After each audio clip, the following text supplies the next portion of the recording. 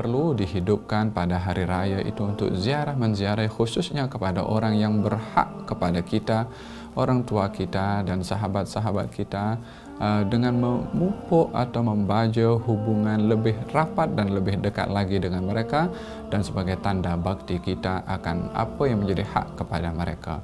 Hanya apa yang perlu untuk diketahui di dalam satu amalan yang mulia itu daripada ziarah menziarahi yang digalakkan, hendaklah tidak diwarnai dengan hal-hal yang boleh merosakkan nilai kesucian, nilai ibadah yang digalakkan di dalam syariat Nabi Muhammad, dengan amalan-amalan yang bercanggah dengan syariat Nabi Muhammad sallallahu alaihi wa ala alihi wa sahbihi wasallam. Terutamanya ada yang berkaitan dengan masalah bersalaman dengan yang bukan muhrimnya. Maka perkara ini adalah bila mana dielakkan untuk demi menjaga hadiah yang besar diberikan oleh Allah Subhanahu wa taala kepada mereka yang ziarah menziarahi dan tidak menodai ziarah menziarahi itu dengan perkara yang dilarang.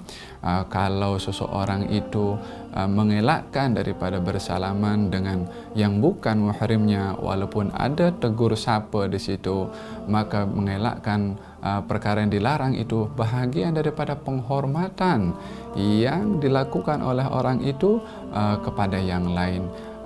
Lelaki yang tidak bersalaman dengan wanita yang bukan muhrim, lelaki itu menghormati perempuan itu.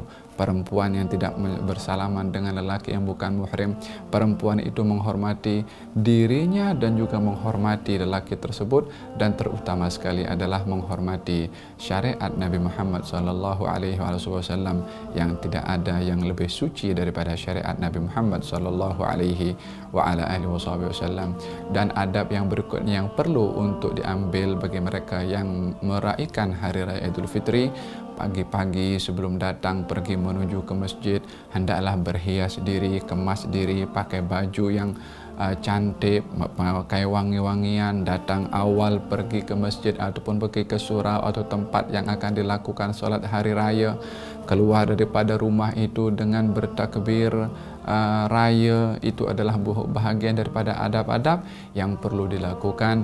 Dan juga hendaklah disunnahkan sebelum keluar menuju ke masjid adalah memakan makanan, kalau ada korma ataupun yang lain sebelum menuju ke masjid, adalah makan makanan tersebut untuk membezakan hari itu dengan hari sebelumnya, yaitu hari Ramadan.